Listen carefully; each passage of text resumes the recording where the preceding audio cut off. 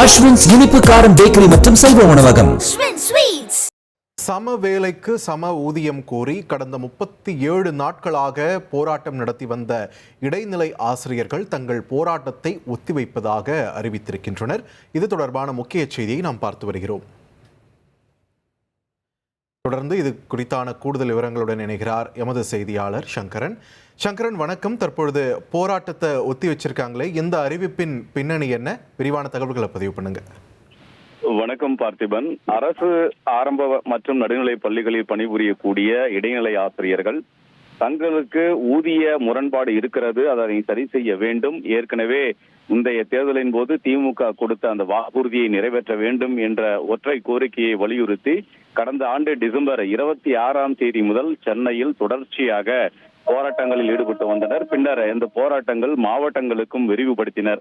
ஆனால் சென்னையில் நடைபெற்ற போராட்டங்கள் அனைவருடைய கவனத்தையும் ஈர்த்தது. ஒவ்வொரு நாளும் 1000க்கும் அதிகமான ஆசிரியர்கள் இந்த போராட்டத்தில் பங்கேற்றனர். இன்றோடு 37 நாட்களாக அந்த போராட்டம் என்பது நீடித்தது.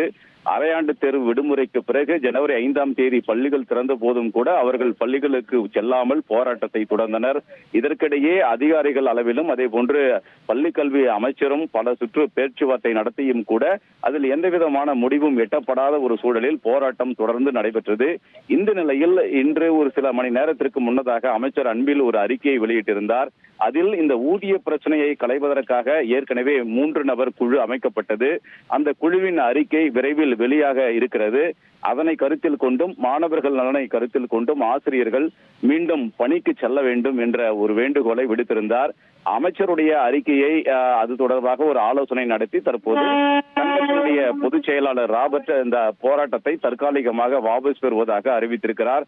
மாணவர்களுடைய நலனை கருத்தில் கொண்டும் அதே போன்று அமைச்சருடைய அறிக்கையை கவனத்தில் கொண்டும் இந்த போராட்டம் தற்காலிகமாக தள்ளி வைப்பதாக அவர் அறிவித்திருக்கிறார். எனவே திங்கட்கிழமை முதல் போராட்டத்தில் ஈடுபட்ட இடைநிலை ஆசிரியர்கள் அனைவரும் பள்ளிகளுக்கு செல்வார்கள் என்பது குறிப்பிடத்தக்கது. பார்த்திபன், நன்றி சங்கரன், உங்கள் விரிவான தகவல்களுக்கு. இடைநிலை ஆசிரியர்களின் போராட்டம் தற்காலிகமாக ஒத்திவைக்கப்படுகிறது என்ற ஒரு அறிவிப்பு வெளியாகி இருக்கிறது. இதனை முக்கிய செய்தியாக நாம் பார்க்கிறோம்.